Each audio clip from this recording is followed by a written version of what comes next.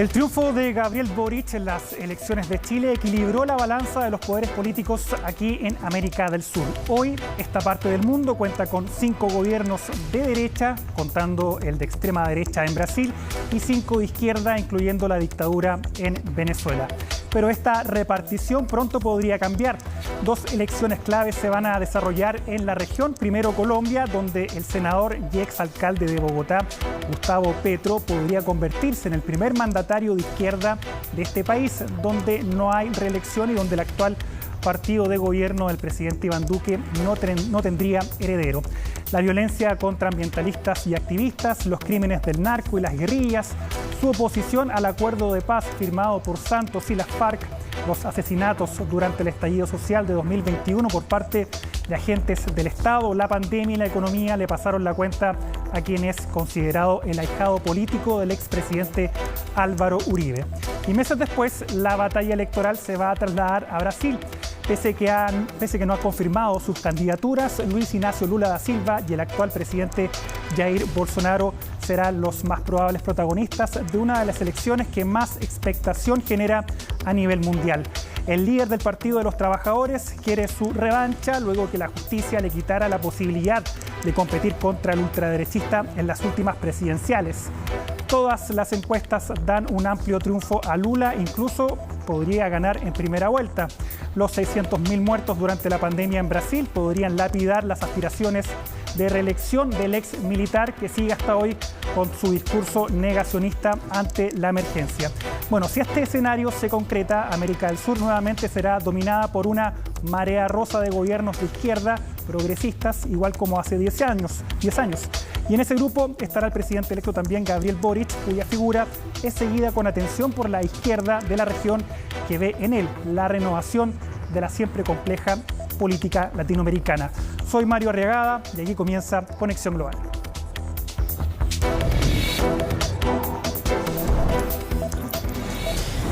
¿Y cómo llega Colombia, cómo llega Brasil, cómo están actualmente estos dos países a nivel político, social y económico? ¿Cómo ha sido la gestión de Duque, cómo ha sido la gestión de Bolsonaro? Lo revisamos en la nota de Laura Soto.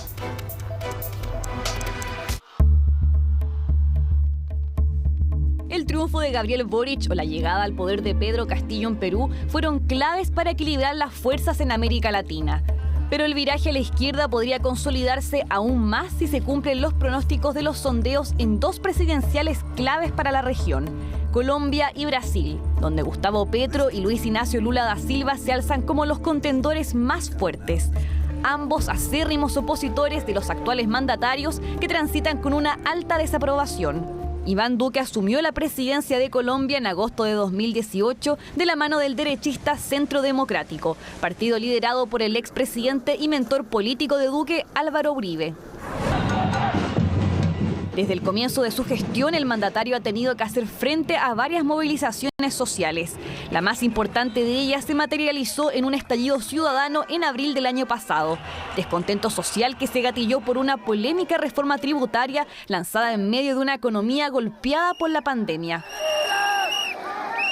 Esta marcha constituye la mayor muestra de indignación contra este gobierno. Hemos visto hechos también dolorosos, personas armadas disparando, hemos visto expresiones de vandalismo.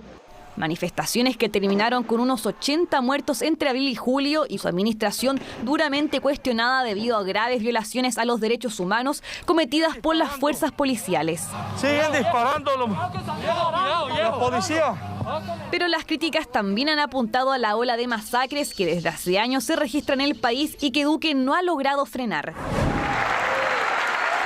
Desde la firma del acuerdo de paz entre el Estado colombiano y las FARC en 2016, ONGs reportan más de 1.200 asesinatos de líderes sociales. De ellos, 169 ocurrieron solo el año pasado.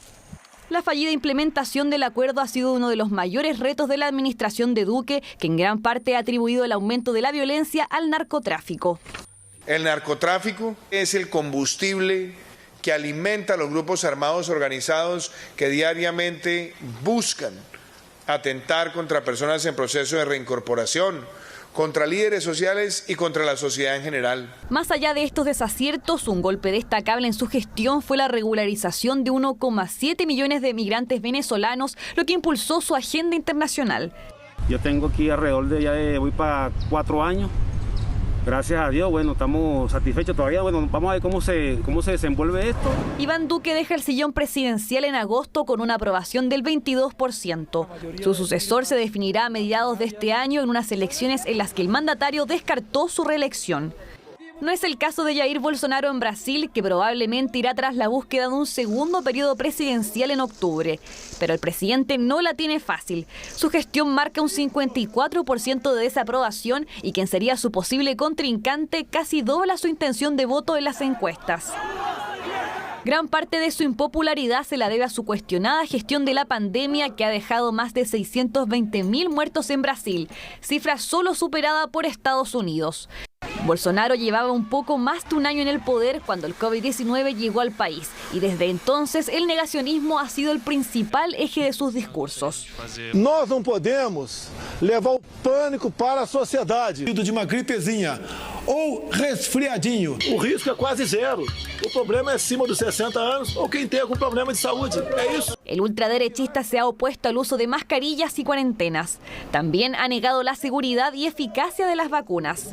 Ahora último cargó en contra de la inoculación de los menores de 5 a 11 años, que ya fue incluida por el Ministerio de Salud del país dentro de su programa nacional. ¿Conocen a un niño de 5 a 11 años que murió de COVID? Yo no. ¿Van a vacunar a su hijo contra algo en lo que alguien joven tiene casi 0 posibilidades de morir? Es por afirmaciones como estas que la comisión del Senado que investiga la gestión del gobierno frente a la pandemia ya lo había acusado de crímenes contra la humanidad en octubre del año pasado. Incluso estallaron manifestaciones exigiendo su destitución. Permitimos que esta persona se convirtiera en presidente y ahora vemos las consecuencias con el número absurdo de muertos por la pandemia. Estoy aquí porque es tiempo de reaccionar ante el gobierno genocida que tenemos. Pero otro de los puntos que lo alejan cada vez más de un segundo mandato es la alicaída economía que tanto había prometido revivir. Este martes el país registró su mayor inflación en 6 años, lo que se ha visto reflejado en un alza del precio de las carnes y el combustible. Tanto Duque como Bolsonaro enfrentan un año electoral con una cuestionada gestión a rastras. De ganar Gustavo Petro en Colombia, sería la primera vez en la historia del país en llegar un izquierdista a Casa de Nariño. Mientras que en Brasil se hace cada vez más factible el regreso de Lula da Silva, un viejo conocido de la izquierda latinoamericana. Bueno, ahí revisábamos parte del contexto de nuestra región que va a enfrentar entonces estas dos elecciones presidenciales y vamos a partir cómo está el panorama en Colombia.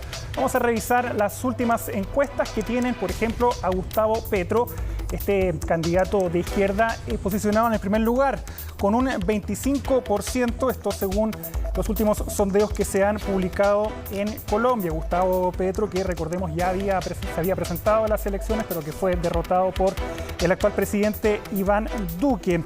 Después, el voto en blanco, el 18% no tiene todavía definido o va a votar en blanco definitivamente en estas próximas elecciones que se van a desarrollar en mayo en Colombia.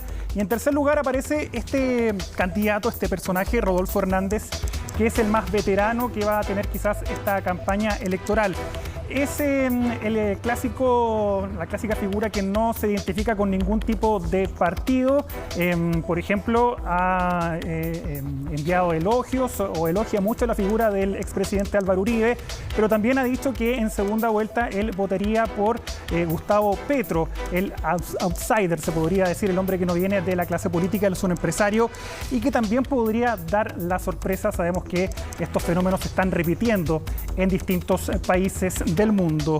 8% que no sabe todavía por quién votar. Se vislumbra que van a ser varios los candidatos que se van a presentar en estas elecciones presidenciales. Y en cuarto lugar entonces está Sergio Fajardo, que es un ex gobernador de Antioquia y que entonces también podría tener algún tipo de posibilidad de llegar a la Casa de Nariño, el Palacio Presidencial en Colombia.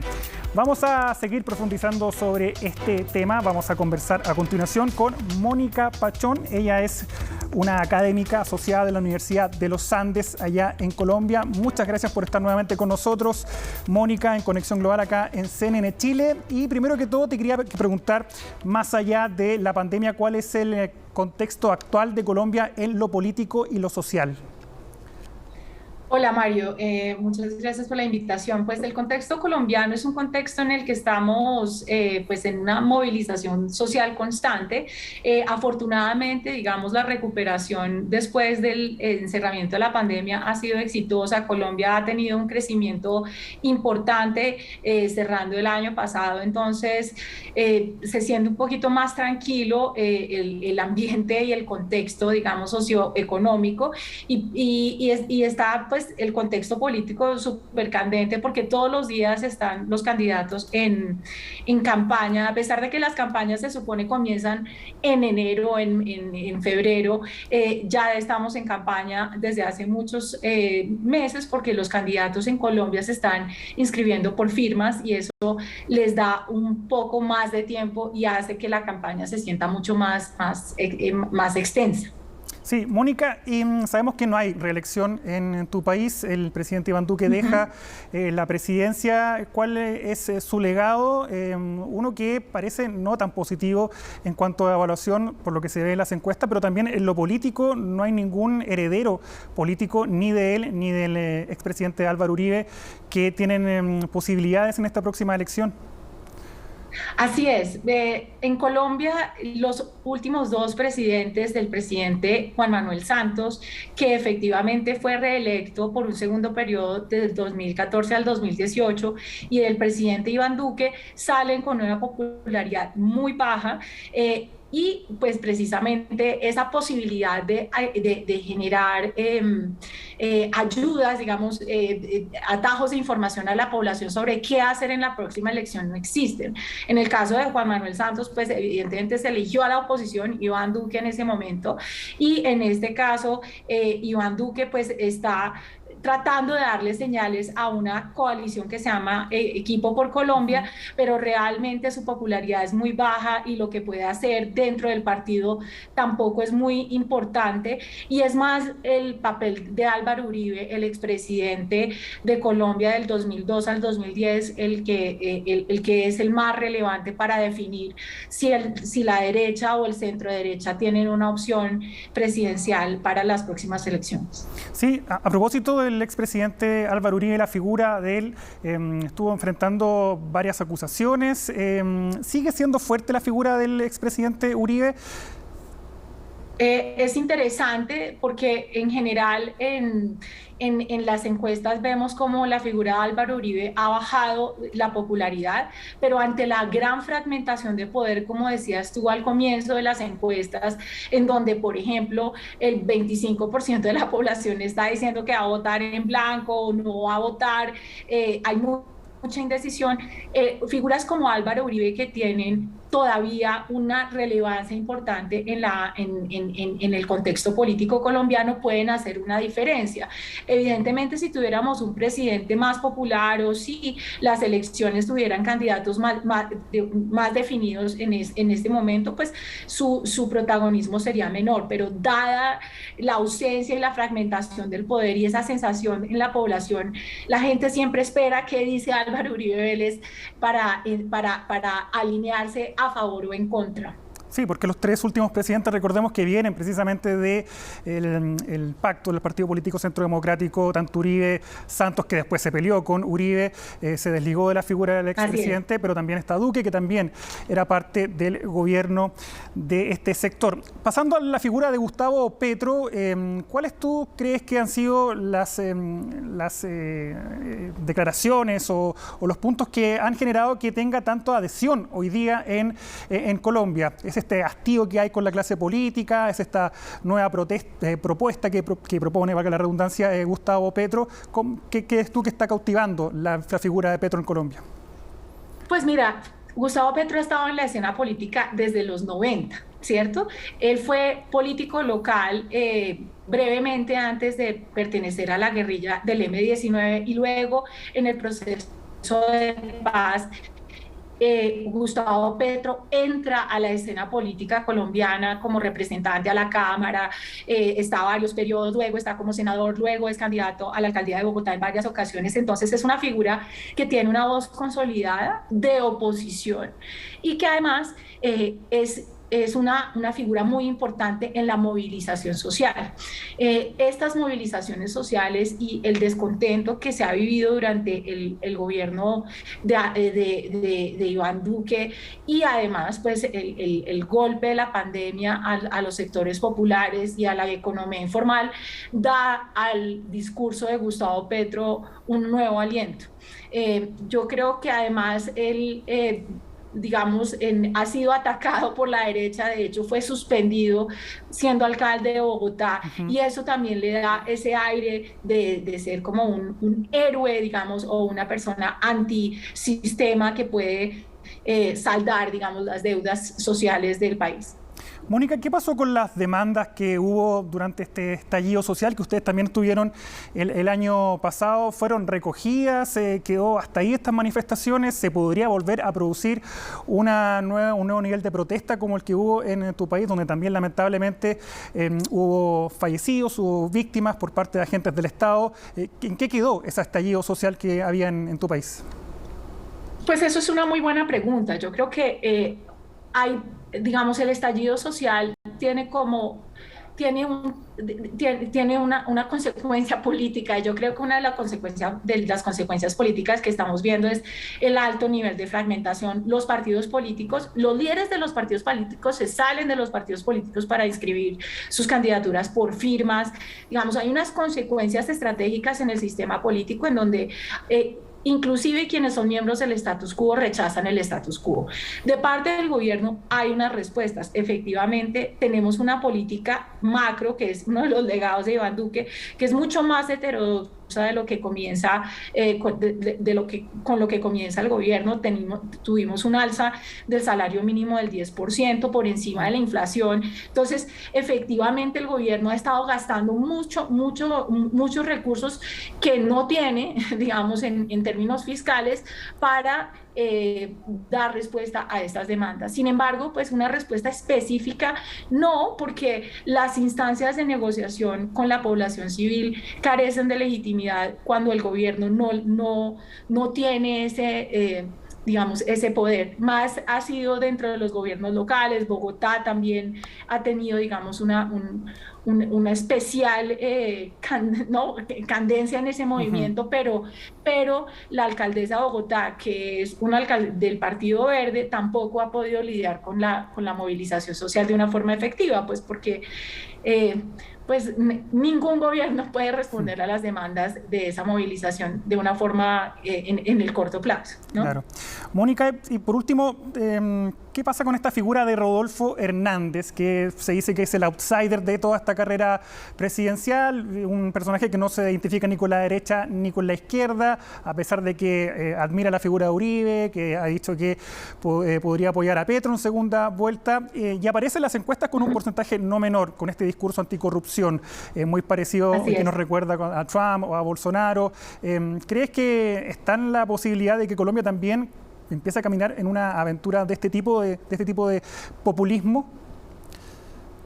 Pues mira, yo creo que los populismos son variados. Tenemos populismos de izquierda, populismos de derecha, y tenemos populismos, digamos, que sugieren no tener una ideología, como es el caso de este señor Rodolfo Hernández. Yo creo que el discurso de él es muy atractivo. Es una persona como Trump, ¿cierto? Rica, que ha hecho una carrera política en el nivel local, habla a la población de una forma que es atractiva y no es una cara conocida para muchos, pero dentro de su región es una cara popular. Entonces, yo creo que nosotros tenemos una tradición de políticos profesionales muy fuerte, tenemos más de 20 candidatos presidenciales, tenemos 3 coaliciones que están en este momento conformándose para ir a una primera vuelta, diría yo, en marzo, con las elecciones de Congreso, porque nuestras elecciones de Congreso son antes que la primera vuelta presidencial, en marzo. Entonces ahí hay entonces hay que mirar cómo le va a Rodolfo Hernández en marzo para ver si tiene las posibilidades. Porque yo creo que en el sistema político colombiano la agregación es fundamental. Si la primera vuelta fuera con el día del Congreso, te diría, sí creo que tiene más opciones. Pero en este momento, los candidatos que llegan, que tienen altos niveles de popularidad y en marzo no logran nada, se desinflan rápidamente, históricamente. No sé si esta elección va a ser igual, pero podríamos tener esa expectativa. Claro, muchas sorpresas siempre aparecen ahora en las elecciones, sobre todo acá en América Latina. Mónica Pachón, te quiero agradecer esta entrevista con CNN Chile. Te mando un abrazo. Gracias, Mario, y saludos a todos.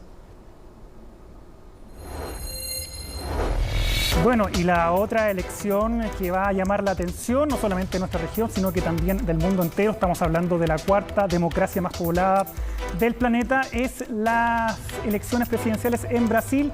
Y vamos a revisar cómo está el panorama también en el gigante sudamericano con lo que dicen las últimas encuestas. La mayoría de ellas dan como favorito al expresidente Luis Ignacio Lula da Silva, algunos con un 48% en segunda vuelta. De hecho, obtiene más de un 50% Lula da Silva, que eventualmente se enfrentaría a Jair Bolsonaro. Recordemos que ninguno de los dos hasta ahora han confirmado sus candidaturas, pero es obvio que van a ser los protagonistas de estos comicios.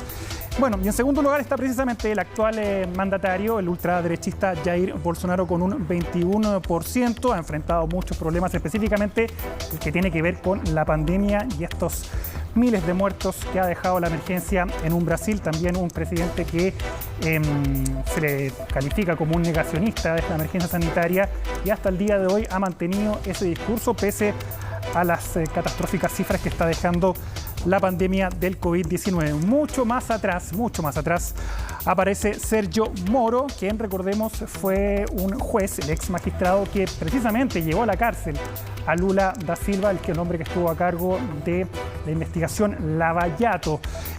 Aparece como, para algunos, el hombre de centro, a pesar de que fue ministro de Justicia de Jair Bolsonaro, pero ahí sería la tercera vía para quienes también ven a Lula como un candidato de extrema izquierda, y por otro lado sabemos la figura que representa a Bolsonaro.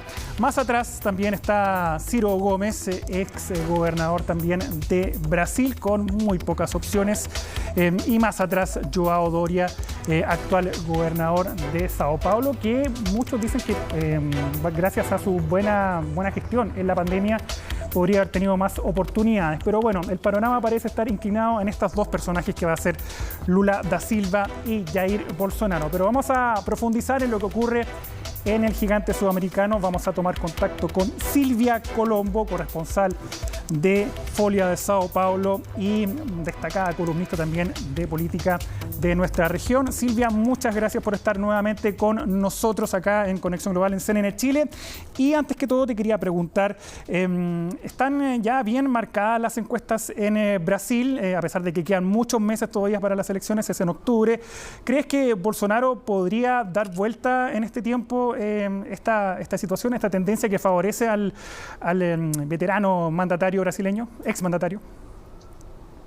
Bueno, antes de todo, muchas gracias por invitarme. Sí, como bien marcabas, hay bastante tiempo todavía hasta las elecciones, ¿no? Las elecciones son en octubre de este año, o sea que hay muchos meses. No hay que olvidarse que Bolsonaro es el presidente y como presidente tiene poderes y recursos para hacer cosas, hacer propaganda y que le ayuden a cambiar ese escenario que para él no está nada bueno, ¿no? Como mencionaste, las dos principales encuestas de Brasil, que son las de Datafolha y la de Ibope, nos apuntan para un escenario de una segunda vuelta entre esos dos nombres, Lula y Bolsonaro. Lula con bastante ventaja sobre Bolsonaro, aunque las candidaturas solo se confirmen en marzo, y muy poco espacio para lo que llamamos en Brasil de la tercera vía, ¿no? Aunque sea a la derecha con Moro, o Doria o a la izquierda con Ciro Gómez, ¿no? O sea, si las elecciones fueran hoy, tendríamos segunda vuelta entre esos dos candidatos y tendríamos casi con seguridad, por estos números, Lula electo presidente. Pero sí, Bolsonaro tiene todos esos meses en que va a usar recursos del Estado, incluso va a hacer una distribución de plata y ayuda, ¿no? El programa Auxilio Brasil. Y esos recursos le pueden ayudar a mejorar sus números, ¿no? O sea que es una saga en abierto todavía. Sí, pero lo que te quería preguntar, Silvia, es que a pesar de la catástrofe que ha vivido Brasil con la pandemia, Bolsonaro sigue con este mismo discurso negacionista en contra de vacunas, no respetando las medidas. ¿Qué piensa la población brasileña al respecto con 600.000 muertos? ¿Es indiferente? ¿Por qué Bolsonaro sigue con esta estrategia? ¿O tú crees que en un futuro podría cambiar su discurso respecto a la pandemia? No, yo creo que el discurso sobre la pandemia él no va a cambiar, aunque la tragedia pueda incluso aumentar, ¿no? El discurso es parte de lo que su reducto electoral espera de él. Que él sea un negacionista, que sea un tipo que enfrente a la ciencia, que enfrente a los laboratorios, que enfrente... es un reducto electoral que cree en las teorías conspiracionistas sobre el negacionismo con relación a la vacuna. O sea que no creo que Bolsonaro vaya a cambiar porque eso significaría perder su reducto electoral. Sobre si la gente lo culpa o no por las muertes es una cuestión a estudiar y a mirar mejor, porque obviamente la tragedia brasilera con la cantidad de muertos es enorme, pero Bolsonaro usó una estrategia de decir que la culpa o la responsabilidad no era de él en el momento en el que la Suprema Corte de Brasil dijo que los gobernadores y las autoridades locales podrían adoptar las medidas de cuarentena y restricciones, ¿no? Que Bolsonaro no quería adoptar. En un principio, cuando no había vacunas, cuando no había nada, los gobernadores querían cerrar todo y Bolsonaro dijo no. La Suprema Corte dijo, entonces los gobernadores deciden, y eso le ayudó políticamente a desvincularse de la tragedia, ¿no? Entonces ahora la culpa tanto de la mala gestión de la pandemia como la mala gestión de la economía, Bolsonaro en su discurso la traslada a los gobernadores, o sea que limpia sus manos. Hay quienes creen en eso y hay quienes no creen en eso, y la elección va a ser sobre eso también. Claro. Vamos ahora a la figura de Ignacio Lula da Silva, que parece ser la única carta capaz de derrotar a Bolsonaro. En las pasadas elecciones, en las últimas elecciones, él lo saca a la justicia por estos casos de corrupción, que finalmente fue absuelto. ¿Cómo ves a este Lula da Silva en comparación al que estaba participando en la primera elección en la que salió Bolsonaro? Mira, son dos momentos históricos distintos, ¿no? Cuando Lula ganó, era la primera vez que Brasil tenía un presidente como él, con alguien con las orígenes humildes como las que él tenía y que privilegió mucho la ascensión social y económica en un país muy desigual. En un momento económico en que eso era posible, ¿no? Todos se acuerdan que era el momento del boom de las commodities, ¿no? Todos los países de Latinoamérica crecieron mucho. Y el gobierno de Lula, los dos gobiernos de Lula, hicieron bastante transferencia de beneficios, de plata, crearon empleos. O sea que el recuerdo que el brasilero medio tiene de este periodo es un recuerdo bueno. Pero la parte mala es el tema de la corrupción, que sí hubo, aunque él haya sido absuelto por un montón de cuestiones técnicas, hubo corrupción en su gobierno, no solo manejada por él, como por gente a su alrededor, y sería el punto negativo, ¿no? Si él va a ser electo o no, es un tema de saber cuál de esos dos costados es el que el elector va a acordarse más, ¿no? Y cuánto el elector no va a querer Bolsonaro, ¿no? El antivoto a Bolsonaro, el voto de rechazo a Bolsonaro puede ser un voto que favorezca a Lula. Pero él va a encontrar un Brasil más difícil, va a encontrar un Brasil en una casi recesión, una situación económica distinta de cuando asumió la primera vez y un país más polarizado. O sea que va a ser una tarea más difícil de la que él tuvo cuando asumió en los años 2000. Sí, Silvia, allá en Brasil es importante también el compañero de fórmula, el vicepresidente. ¿Se ha ya barajado algunos nombres tanto para Lula como Bolsonaro en cuanto a quién debiera ser la figura que tienen que acompañar a estos candidatos en esta elección? Sí. El vice de Lula es una novela que los brasileños están siguiendo ávidamente todos los días, ¿no? Porque surgen muchos nombres, mucha gente quiere estar en este billete, ¿no? Quieren estar en la boleta con Lula. Él señala para la posibilidad de llamar a alguien que no sea como él, que sea más de centro hasta de centro derecha y que tenga un diálogo, un tránsito con empresarios, con gente que a quien no le agrada lo que él representa ideológicamente, ¿no? O sea, y ahí la figura que más se destaca es la figura de Geraldo Alckmin, que fue gobernador de São Paulo, rival de Lula en otras elecciones del Partido Socialdemócrata. Es un tipo de centro derecha y podría ser él, podría ser esa la jugada con una justificativa que sería la de, bueno, es una frente democrática en contra de un presidente autoritario como es Bolsonaro. Alckmin hoy día sería el preferido de Lula para estar en la fórmula, pero no está nada decidido. Y del lado de Bolsonaro están otros ministros, difícilmente vaya a ser el que es hoy, el general Mourão, pero tampoco se tiene certeza de eso.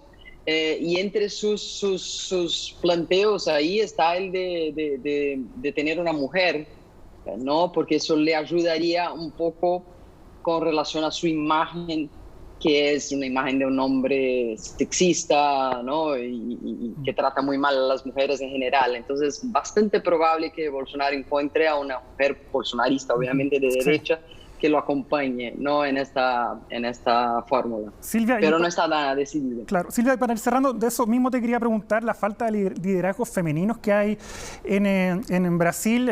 Dilma Rousseff obviamente también fue destituida de su cargo, quizás no hubo ahí una buena experiencia, pero se extraña también mujeres y también de renovación de la política en tu país. ¿A qué se debe eso? Es cierto.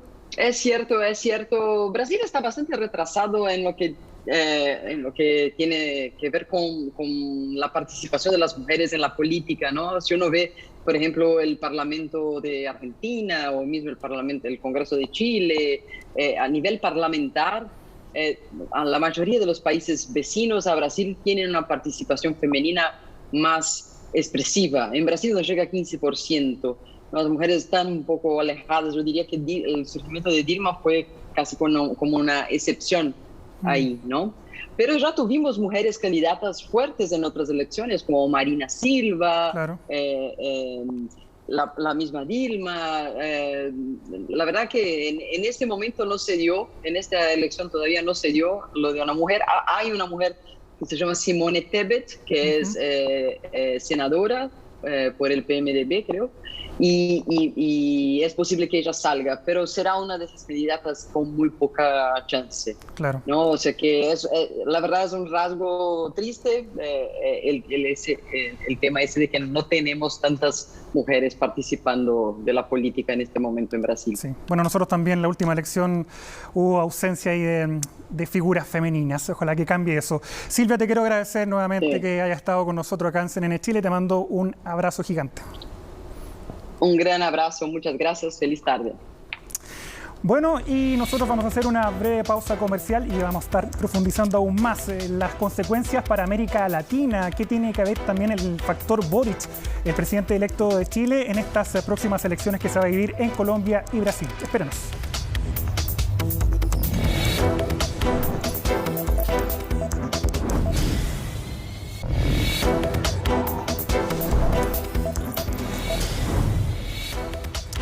Y seguimos revisando los acontecimientos que van a ocurrir este año en nuestra región con estas dos elecciones presidenciales en Colombia y en Brasil. Y vamos ahora a conversar con nuestros panelistas, tremendos invitados, como siempre. Paz Milet, una más de la Casa Académica del Instituto de Estudios Internacionales de la Universidad de Chile, y también Gabriel Gaspar, analista político, diplomático y ex embajador. A ambos, muchas gracias por estar con nosotros nuevamente en Conexión Global.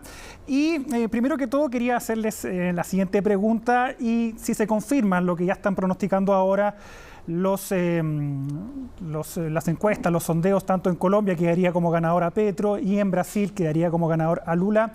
¿Cómo se configuraría este escenario en la región? Partiendo por preguntarles qué va a pasar con los bloques regionales, que sabemos algunos ya no tienen mucha trascendencia, UNASUR, PROSUR, la Alianza del Pacífico, en varias de ellas. ¿Qué podría ocurrir con ya las fuerzas políticas más alineadas a la izquierda? Paz, primero te quería preguntar esa consulta.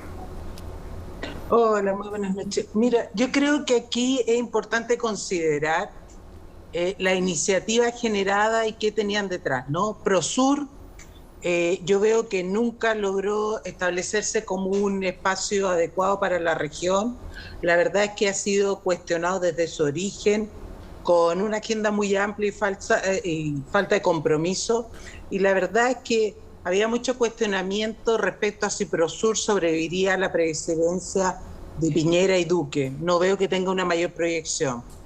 UNASUR ha sido, la crisis de UNASUR, reflejo de la tensión entre distintos bloques, distintas tendencias en la región, y también no ha habido señales respecto a la posibilidad de que si se genera una mayoría de izquierda en la región, UNASUR sea un espacio donde quieran desarrollar, ¿no es cierto?, los objetivos planteados en materia de integración. Y la Alianza del Pacífico ha sobrevivido, ¿no es cierto?, en condiciones de cambio en las presidencias, pero lo que hemos visto en los últimos años es una falta de voluntad de dar mayor dinamismo, mayor avance, sobre todo en el contexto de la pandemia. Entonces, yo creo que sin duda va a privilegiarse, más allá de las distintas opciones ideológicas, una visión pragmática, e incluso podríamos ver el surgimiento de iniciativas de carácter distinto, dado que en gran medida, ¿no es cierto?, los gobiernos que llegarían al poder no son los mismos que gobernaron antes, cuando hubo todo un proceso de generación de esta nueva iniciativa en una dinámica postliberal. Yo creo que incluso podríamos hablar de unas nuevas dinámicas de generación de iniciativas más acordes a estos nuevos gobiernos que asumirían. Gaspar, ¿cuál es el futuro que ves, por ejemplo, Gabriel Gaspar? ¿Cuál es el futuro que tú ves a los bloques regionales con si se confirma finalmente estos resultados que dan las encuestas en Colombia y Brasil? A ver, yo tengo un matiz. Creo que lo que es más evidente en ambas elecciones, en Brasil y en Colombia, es que los oficialismos hoy día imperantes van a perder.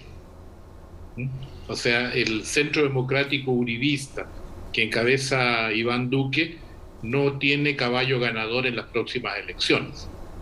Y lo mismo podríamos decir de la alianza que llevó al presidente Bolsonaro a su primera elección. Entonces, lo que me queda claro es que el oficialismo va a perder.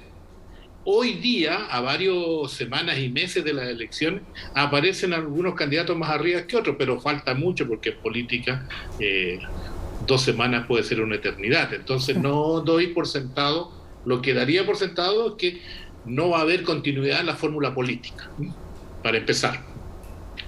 Segundo, una vieja reflexión que siempre se olvida. Las relaciones internacionales son de los estados, no son de los gobiernos. Da lo mismo que sean de izquierda o de derecha. Pongo un ejemplo. Si los americanos le ponen, como en el pasado le pusieron, un 30% de impuesto a las exportaciones de acero brasileño a Estados Unidos, los brasileños iban a reaccionar en contra, obviamente, porque lo estaban dañando. Y da lo mismo si fuera un gobierno del PMDB, del PT o de la derecha, porque era Brasil. Y si alguien, por ejemplo, le pusiera un impuesto a las frutas chilenas en tal mercado, reaccionaríamos a lo mismo si fuera un gobierno de aquí o de allá. El error es precisamente considerar que las relaciones internacionales, las relaciones de Estado, son relaciones ideológicas. Y tenemos dos muy buenos ejemplos al respecto. Uno es UNASUR, que UNASUR, hay que decir, es un invento brasileño en los tiempos de Lula, que empezó con una propuesta muy sencilla. UNASUR pretendía un foro al más alto nivel presidencial, pero que resolviera las crisis políticas de la región sin burocracias. Uno de los que más se opuso a eso fue Chávez, pero al final terminó participando desde Uribe hasta Chávez, con Lula al medio, y permitió resolver crisis como una separación de Santa Cruz en Bolivia, un intento de separación, o una rebelión de la policía contra el presidente Correa en Ecuador. Pero después tuvo dos problemas. UNASUR se burocratizó, se creó el UNASUR de la salud, el UNASUR de la educación, y empezó un edificio, un parlamento de UNASUR en Ecuador, y al final se ideologizó que además solamente podían estar los de izquierda. Y en réplica se creó PROSUR, que para mí es un nonato multilateral porque nunca nació, que pretendió hacer lo mismo de derecha. Entonces yo no me compro, no acepto, creo que no corresponde a la realidad pensar que los bloques se alinean ideológicamente. Chile se va a alinear conforme a los intereses de Chile, no de la fuerza política gobernante. Ella le podrá poner su sello, pero no, por ejemplo, nadie va a decir, nosotros no, ningún gobierno va a decir chileno responsable, digamos, va a decir Chile no respeta los tratados internacionales, porque esa es parte de la columna vertebral de nuestro interés. ¿Por qué? Porque nosotros hemos hecho una definición al respecto y se ha mantenido a lo largo de décadas, si no siglos. Entonces, los bloques están en su peor momento. El multilateralismo regional ni siquiera permitió una respuesta común, ya no digamos a comprar vacunas juntas, ni ya eso ya es demasiado, ni siquiera atender al tema de los pobres migrantes que quedaron varados en países ajenos. Nosotros tuvimos al comienzo de la pandemia miles de bolivianos que querían volver a Bolivia y no podían volver porque su gobierno, entonces la presidenta Áñez, no los dejaba entrar. Y bueno, para dar un solo ejemplo, digamos, con la falta de coordinación. Entonces, comparto con Paz el criterio que lo que se viene más bien un entendimiento pragmático, caso a caso, o de, ¿cómo se llama?, de mecanismos muy ad hoc. Sí, Paz, en ese sentido, esto no, si es que llega a ganar, no estoy poniendo nuevamente en el escenario que gana Petro o que gana Lula en Brasil, esto no va a ser claramente como la ola rosa que hubo hace 10 años con los gobiernos progresistas. ¿Cuáles crees tú que son las diferencias de los contextos que se viven actualmente y con esa ola progresista que hubo hace 10 años, específicamente con un Boric que ha marcado mucha diferencia, por ejemplo, en el tema que es repetitivo, pero Venezuela, Nicaragua, Cuba, no así, por ejemplo, Lula? ¿Cómo ves ese escenario para el presidente electo? Es que yo creo que las condiciones que se enfrenta Boric, más allá de estas posibles elecciones, ¿no es cierto?, más allá de ciertas afinidades que tenga en el marco de Lula, que apoyó, ¿no es cierto?, decididamente a Boric en la segunda vuelta, ¿no es cierto?, Petro, hay un escenario muy distinto. Hay diferencias respecto a los liderazgos. En ese periodo al que tú haces referencia, había liderazgos muy marcados. Ya Gabriel hablaba, ¿no es cierto?, de un liderazgo de Lula para llevar adelante UNASUR y la contraposición de un Chávez que después se incorpora. Y precisamente en el caso que habla Gabriel, ¿no es cierto?, de la crisis del 2008 en Bolivia, hubo una contraposición muy fuerte respecto de ambos líderes respecto a qué estrategia seguir, ¿no?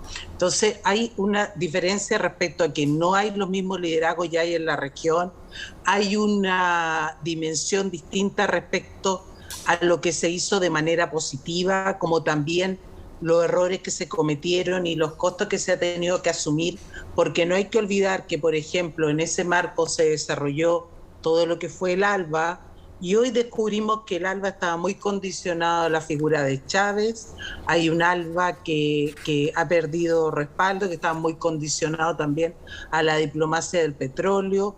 Habían en general otras condicionantes y también ha surgido con fuerza una agenda a la que tiene que responder nuestro presidente electo, como todos los presidentes que se han electo en la región. Hay un cuestionamiento al modelo que se ha adoptado, ¿no es cierto?, en los últimos 30 años.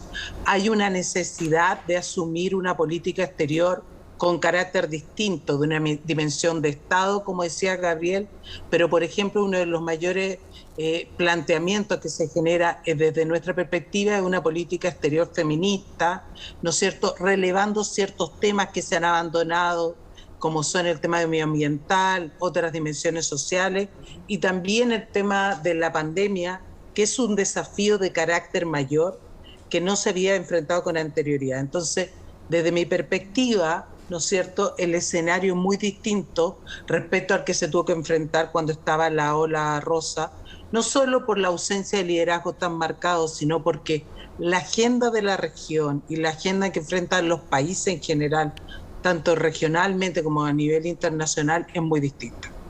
Gabriel, yendo específicamente a las próximas elecciones de Colombia, ¿cómo ves esta figura de Gustavo Petro en un país que sabemos no está acostumbrado o derechamente nunca has tenido un gobierno de izquierda? ¿Cómo proyectas tú un eventual triunfo de esta figura que no es nueva en todo caso en Colombia, pero que hoy aparece como el que tiene más opciones de llegar a la Casa de Nariño? Bueno, yo vuelvo a repetir lo primero. Yo creo que lo que está claro hoy día en Bolivia es que el uribismo perdió la hegemonía. Y eso expresa en los altos índices de desaprobación que tiene el presidente Duque y su partido, el Centro Democrático. Pero la caballada todavía no está completa. Porque, por ejemplo, un partido que podríamos llamar de centro, lo que es el liberalismo, tiene la posibilidad de llevar al hijo de Galán, el líder asesinado, digamos, en su momento por los narcos, que es una persona de bastante arraigo, digamos, con un partido poderoso. Hay un liberal en cada pueblo, como se dice en Colombia. Está la figura del alcalde de Medellín y gobernador de Medellín, Sergio Fajardo, que es un hombre, en Chile sería un hombre de centro. Entonces, también las encuestas hablan de que la izquierda tiene un techo en Colombia. Claro que cuando los otros caballos, voy a hacer la terminología mexicana, todavía no están en la lista plenamente, claro, el que inicia va galopando bien, ¿no? Pero se tiene que completar la caballada y hay segunda vuelta. Entonces, cualquiera que sea, ¿por quién va a votar en segunda vuelta? Por ejemplo, el uribismo, que obviamente va a votar contra el candidato más progresista. Entonces, no doy por resultado. No, creo que es una conjetura muy alta. En todo caso, sí podría decir que Colombia tiene desgraciadamente desafíos muy fuertes. Uno, que bajo el gobierno de Duque, se cortó el impulso para implantar el proceso de paz. El proceso de paz no solo era la dejación de las armas, sino que también era la construcción de condiciones para la paz, que era entrega de tierra, educación para los excombatientes, justicia y reparación, etc. Y es un programa que cuando se negoció se calculaba duraría 10 años. Y desgraciadamente en esta administración eso se frenó. Y yo creo que hasta aquí llegó el impulso, desgraciadamente, del proceso de paz.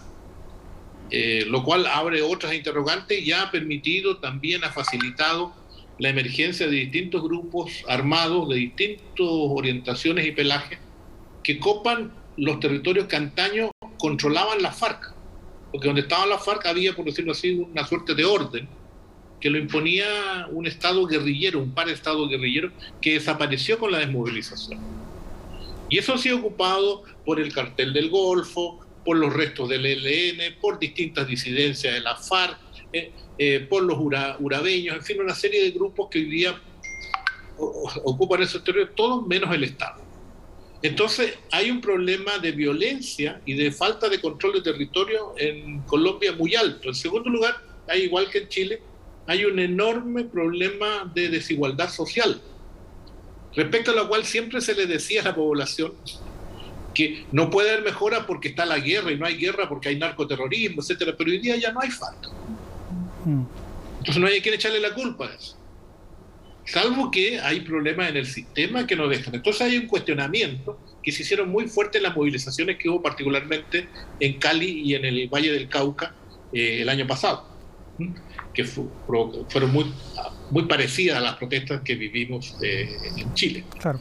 Entonces yo auguro que Colombia tiene además una relación muy compleja con Venezuela, agravada por problemas migratorios. Hay como más de 2 millones de migrantes, si no más, muchísimo más, migrantes venezolanos en Colombia, pero también una frontera muy porosa que es cruzada de lado a lado. Así como uno escucha a las autoridades colombianas decir que fuerzas que provienen de Venezuela incursionaron y mataron y robaron, etcétera, al otro lado dicen lo mismo.